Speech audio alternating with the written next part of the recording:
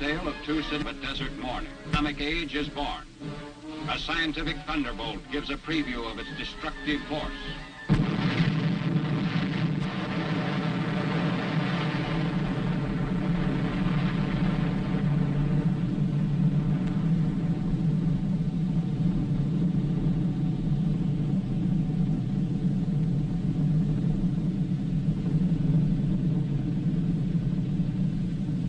From the instant of that first blast until Hiroshima vanished from the list of living cities, closely guarded plants in New Mexico, Tennessee, and the state of Washington continued their work to shorten the war. Hiroshima, one of Japan's arsenal cities, was selected as the first to feel the weight of atomic power. 21 days after the New Mexico dress rehearsal, a lone B-29 was over Hiroshima carrying an atomic bomb. At 8:15 in the morning of August 6, Japanese time, the first atomic bomb hit an enemy target. The bomb was aimed to explode above 0 point, a spot in the city at the junction of the Motoyisu and Ota rivers. The bomb was intentionally set to explode well above the 0 point to dissipate its radioactivity. Here is the pictorial record of the result. At 0 point, directly beneath the explosion, the soldier in the scene is pointing at the spot from which all damage to the surrounding area was measured in terms of distance from the center of the blast. Within a mile of 0 point, the devastation speaks for itself. But in these very ruins, Army cameramen have found and filmed pictorial evidence that tells in twisted steel and stone the effect of death-dealing atomic power. For example, this was the site of the main Japanese military headquarters. There were approximately 20,000 Japanese military personnel stationed here. They are among the missing. A lone concrete smokestack indicates where a bustling factory once stood. Reinforced concrete buildings seem to have withstood the explosion fairly well, the damage varying with their distance from 0 point. Within an area of a mile to a mile and a half, this type of building was the only type to withstand complete demolition and destruction. Here's a building that was actually knocked sidewise, giving you an idea of the force of the blast. The direction of the blast is graphically told by the slant of this parapet, a concrete wall.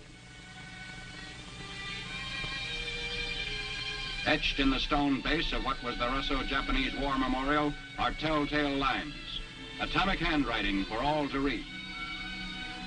Another signpost of the direction and force of the explosion is blasted in the polished granite base of this statue. The light surface indicates the angle of the blast, 2/10 of a mile from 0 point.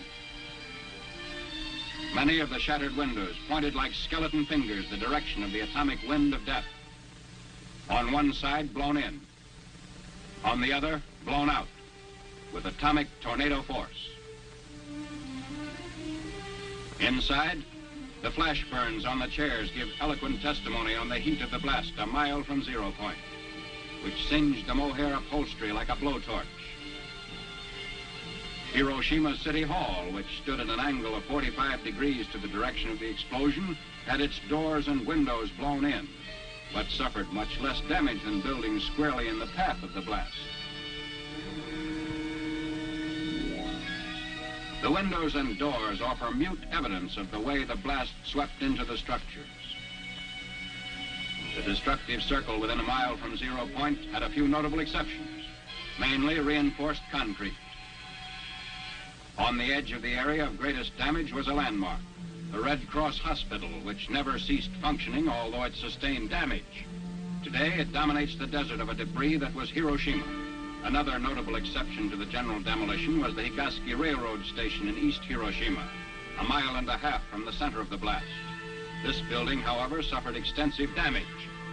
The twisted steel beams and concrete wall show the effects of the tremendous concussion.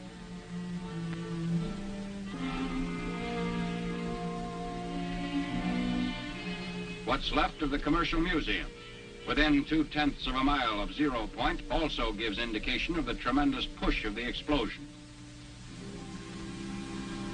The downward force of the blast turned the roof of the Commercial Museum into a reservoir.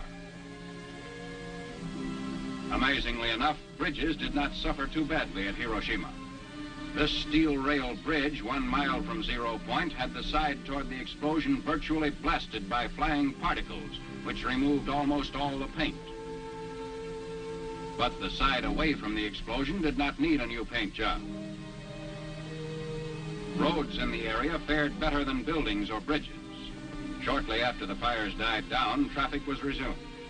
Today, these highways through the ruins are again in use. Beside our military traffic trudge the survivors of vanished Hiroshima, the first city in history to be atom-bombed into oblivion.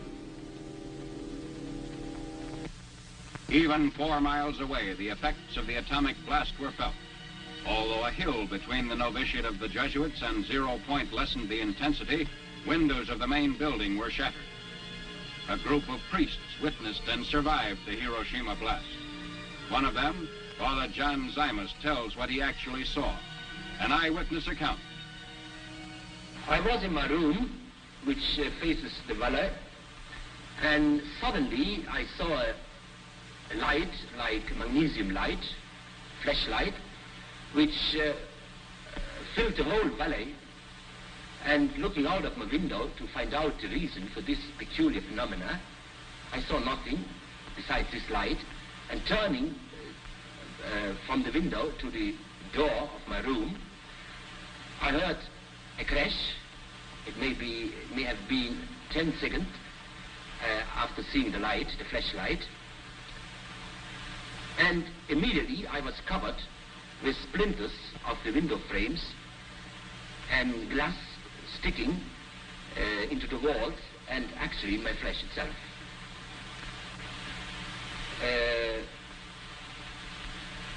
After a while, we saw a procession of people coming from the outskirts of the city up the valley.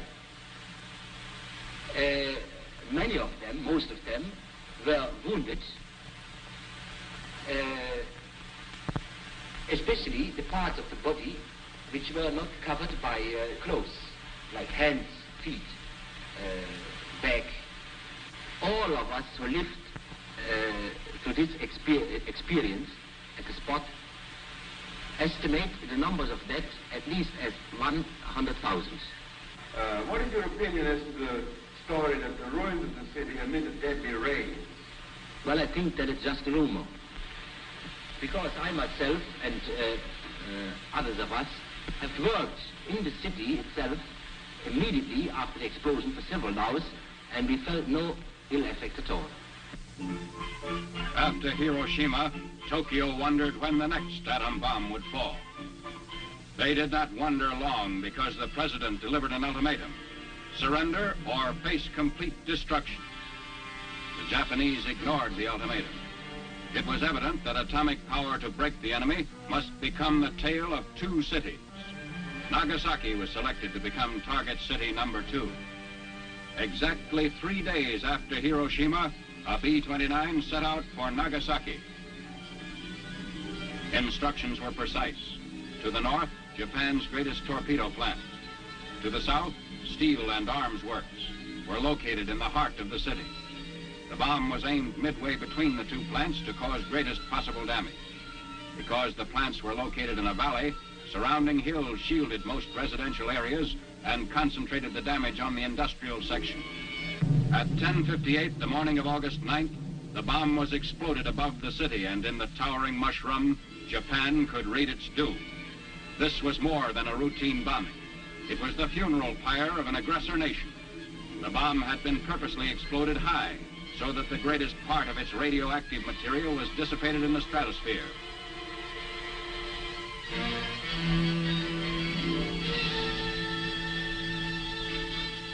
From the air, the skeletons of the Mitsubishi plants made evident that Nagasaki's war-making power was totally destroyed. For the valley area of little more than 3 square miles, blast and fire reduced the industrial plants and surrounding buildings to blackened rubble.